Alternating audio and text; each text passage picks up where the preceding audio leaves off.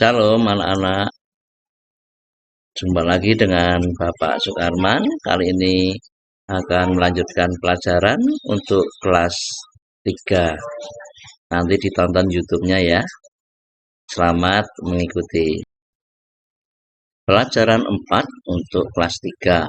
Allah hadir dalam berbagai gejala alam. Bahan Alkitab Mazmur 107 ayat 29 dan Mazmur 4 ayat 35 sampai dengan 41. Anak-anak, kalian bisa melihat gambar-gambar berikut ini merupakan gejala alam sebagai tanda kehadiran Allah. Ada bencana tanah longsor, ada banjir, ini ada angin puting beliung, kemudian ada gunung berapi yang meletus. Peristiwa alam atau gejala alam merupakan tanda kehadiran Allah. Tanah longsor, banjir, gunung meletus, angin puting beliung, semua peristiwa tersebut merupakan berbagai tanda bahwa Allah hadir.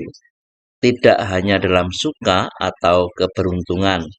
Dalam bencana alam pun Allah selalu ada. Bagi orang yang beriman pada Allah, bahwa bencana alam merupakan kehadiran Allah dalam bentuk yang berbeda.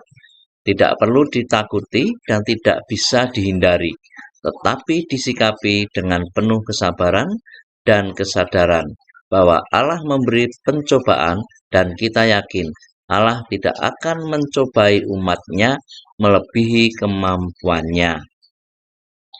Hikmah dari kehadiran Allah dalam bencana tanah longsor mengingatkan kita pada pembalakan hutan, penebangan yang tidak dibarengi dengan penanaman kembali. Banjir mengingatkan kita bahwa kita tidak boleh membuang sampah sembarangan. Angin puting beliung dan gunung berapi meletus mengingatkan kita bahwa kekuatan Allah tidak bisa dilawan oleh kekuatan manusia. Ketika Allah berkehendak, manusia hanya bisa menerima dan mengambil pelajaran dari semua itu. Anak-anak yang dikasihi Tuhan, Tuhan Yesus menghardik angin ribut ya, di laut ketika sedang berlayar. Tuhan Yesus dan para murid diterpa gelombang besar dan angin ribut. Ketika itu kekhawatiran sangat tinggi, bahkan mereka sangat takut perahu itu tenggelam. Manusia tidak bisa menolak ketika alam yang dikendalikan Tuhan menunjukkan gejalanya. Hanya Tuhanlah yang bisa menghentikan semua itu. Dalam peristiwa angin ribut ini Tuhan Yesus mengingatkan para murid-Nya, ketika bersama Tuhan janganlah khawatir. Serahkan segala perkara hanya pada Tuhan, maka semuanya akan menjadi bahagia, selamat, dan sejahtera.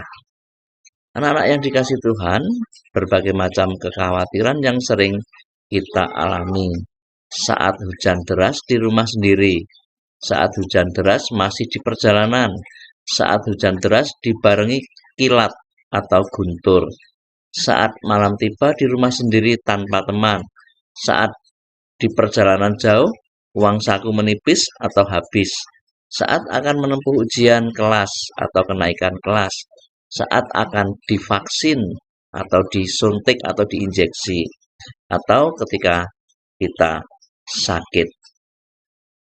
Anak-anak yang dikasihi Tuhan, saat berkemah pun juga begitu. Kita sering khawatir saat naik gunung melalui hutan lebat, saat ada angin puting beliung, kita takut rumahnya roboh, saat terjadi banjir atau banjir bandang, saat rumah kita terbawa hanyut oleh banjir tersebut, saat terjadi gunung meletus, saat ada kebakaran, saat ada bom meledak, saat ada tanah longsor.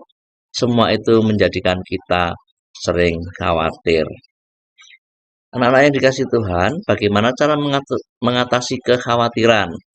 Dalam 1 Petrus 5 ayat 7, dalam kitab terjemahan baru, serahkanlah segala kekhawatiranmu kepadanya, sebab Ia yang memelihara kamu. Untuk itu semua, kekhawatiran yang sering kita alami, marilah kita serahkan hanya kepada Tuhan kita, yaitu Tuhan Yesus Kristus. Karena dialah kita hidup, karena dialah kita ada, karena dialah kita diselamatkan.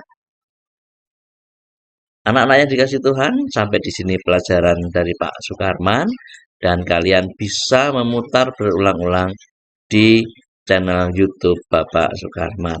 Oke, salam, Tuhan memberkati.